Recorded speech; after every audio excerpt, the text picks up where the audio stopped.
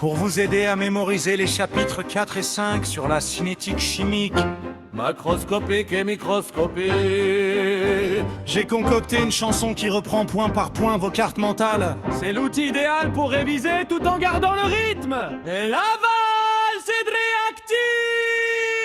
Au labo, tout commence, le chrono est lancé. Réaction lente ou rapide, il faut bien l'observer par l'absorbance, la pression ou la conductivité. On suit l'évolution, nos deux systèmes en activité. Si tu veux que ça bouge, que ça aille beaucoup plus vite, monte la température, que les molécules s'excitent, augmente la concentration ou sers-toi d'un catalyseur. Il booste la transformation sans changer la fin, quel bonheur! Vitesse de disparition, c'est moins la dérivée.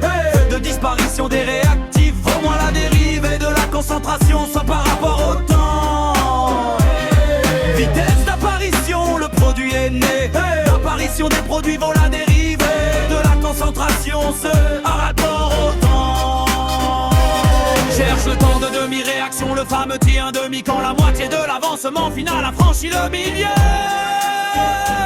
Si la vitesse est proportionnelle à ce qu'il reste en réactif, c'est une loi d'ordre 1, le calcul est décisif. La courbe s'effondre en une loi exponentielle. La concentration de A est égale à 0 fois exponentielle, moins qu'A fois 10.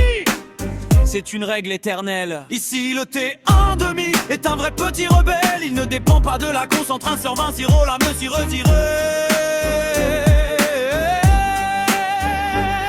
Vitesse de disparition, c'est moins la dérivée de disparition des réactifs, vaut moins la dérivée de la concentration sans par rapport au temps. Vitesse d'apparition, le produit est né. L'apparition des produits vaut la dérivée de la concentration seront par rapport au temps.